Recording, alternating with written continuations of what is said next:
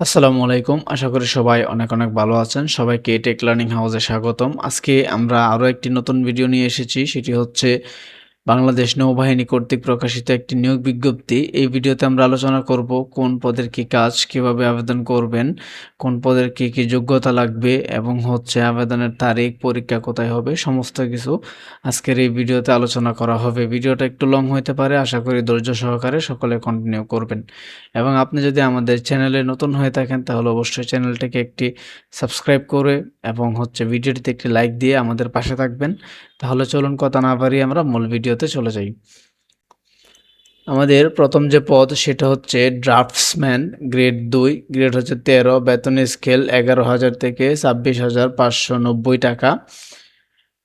ট্রেডের নাম প্রযোজনা, তার পদসংখ্যা হচ্ছে একটা। শিক্ষাগত যোগ্যতা কোনো স্বীকৃত বোর্ড হতে মাধ্যমিক স্কুল সার্টিফিকেট বা সমমানের পরীক্ষায় উত্তীর্ণ সহ কোনো স্বীকৃত ইনস্টিটিউট বা প্রতিষ্ঠান হতে ড্রাফটম্যানশিপ বা হচ্ছে মেকানিক্যাল অথবা শিপ বিল্ডিং অথবা অটোকেডে 2 বছরের ট্রেড কোর্সে উত্তীর্ণ হতে হবে।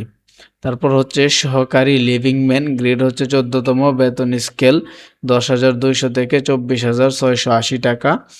পদসংখ্যা হচ্ছে টোটাল 8টা। ডিজেল ফিটারে একজন, রেফ্রিজারেশন অ্যান্ড এয়ার কন্ডিশনিংয়ে একজন, প্লাম্বিং অ্যান্ড পাইপ ফিটারে একজন, পেইন্টার একজন, ইলেকট্রিশিয়ান একজন, ওয়েল্ডার একজন, কার্পেন্টার একজন, অটোমোবাইল অ্যান্ড অটো ইলেকট্রিসিটিতে একজন।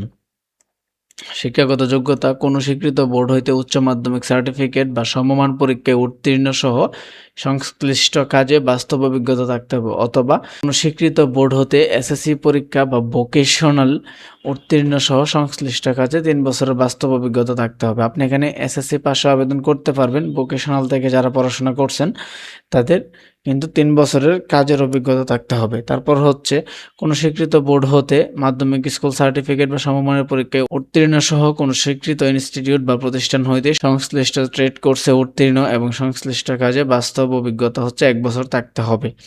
আপনারা এখানে এইচএসসি বা এসএসসি পাশও এই পদে আবেদন করতে পারবেন। তারপর হচ্ছে হাইলি স্কিল্ড মিস্ত্রি, গ্রেড হচ্ছে 14তম, বেতন স্কেল 10,200 থেকে 24,680 টাকা। পদসংখ্যা হচ্ছে টোটাল 14 জন নিয়োগ দিবে এটাতে।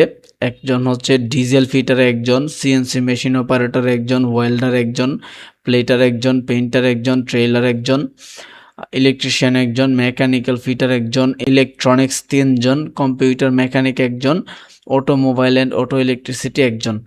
তারপর হচ্ছে শিক্ষাগত যোগ্যতা কোনো স্বীকৃত বোর্ড হইতে উচ্চ মাধ্যমিক সার্টিফিকেট, ভোকেশনাল বা সমমানের পরীক্ষায় উত্তীর্ণ সহ সংশ্লিষ্ট কাজে 1 বছরের অভিজ্ঞতা থাকতে হবে।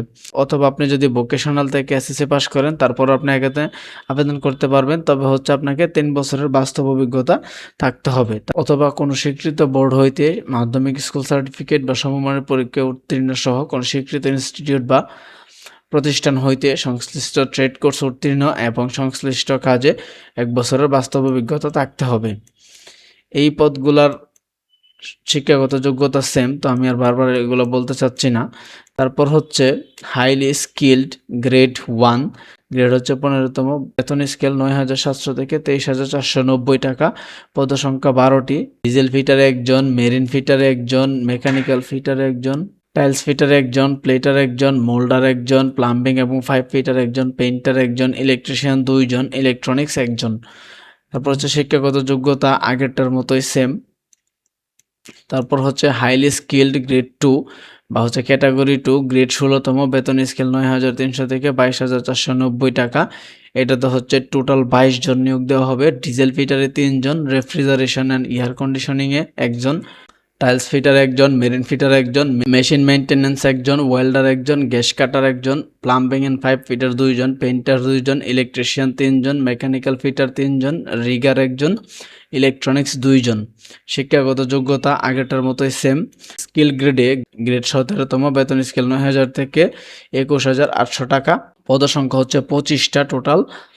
ডিজেল ফিটার একজন, মেশিনিস্ট একজন, তারপর হচ্ছে মেকানিক্যাল ফিটার একজন, মেশিন মেইনটেনেন্স 3 জন, ল্যাগিংম্যান একজন, গ্যাস কাটার একজন, ওয়েল্ডার একজন, প্লাম্বিং এবং পাইপ ফিটার একজন, পেইন্টার একজন, কার্পেন্টার একজন, কম্পিউটার মেকানিক একজন, রিগার একজন, ইলেকট্রিশিয়ান 3 জন, ইলেকট্রনিক্স 2 জন, টেইলার একজন।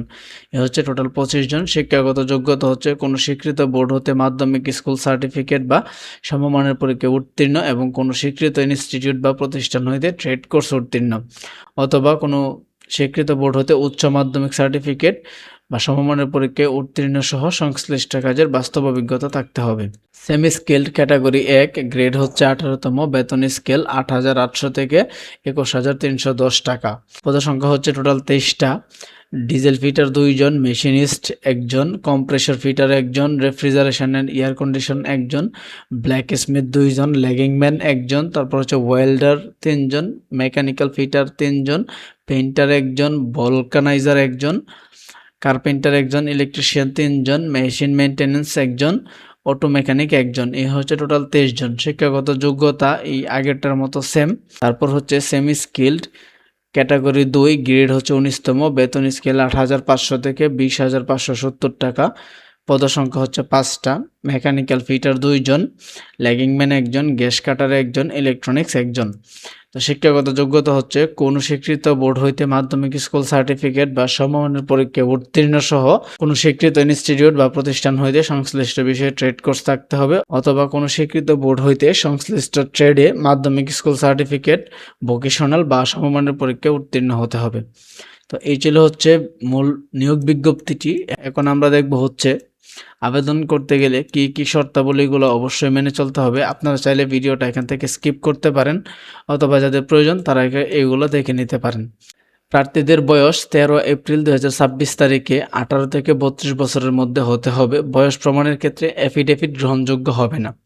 সরকারি, আধা সরকারি ও স্বায়ত্তশাসিত সংস্থায় চাকরিরত প্রার্থীগণকে অবশ্যই আপনাদের যে যত কর্তৃপক্ষ আছে তাদের অনুমতি নিয়ে আপনাদেরকে আবেদনে অংশগ্রহণ করতে হবে। তারপর হচ্ছে সশস্ত্র বাহিনী অথবা সরকারি চাকরি থেকে বহিষ্কৃত হলে এখানে আবেদন করা যাবে না। প্রার্থীর জাতীয় পরিচয়পত্রের তথ্যাদি, নাম, জন্ম তারিখ, পিতার নাম, মাতার নাম, এগুলো হচ্ছে আপনার শিক্ষাগত যোগ্যতার যে কাগজপত্রগুলো আছে সেগুলোর সাথে মিল থাকতে হবে। প্রার্থীগণকে ব্যবহারিক ও মৌখিক পরীক্ষার সময় যে সকল কাগজপত্রগুলো অবশ্যই নিয়ে আসতে হবে তা হচ্ছে সকল শিক্ষাগত যোগ্যতা ও অভিজ্ঞতা সনদের মূল কপি প্রদর্শন করতে হবে।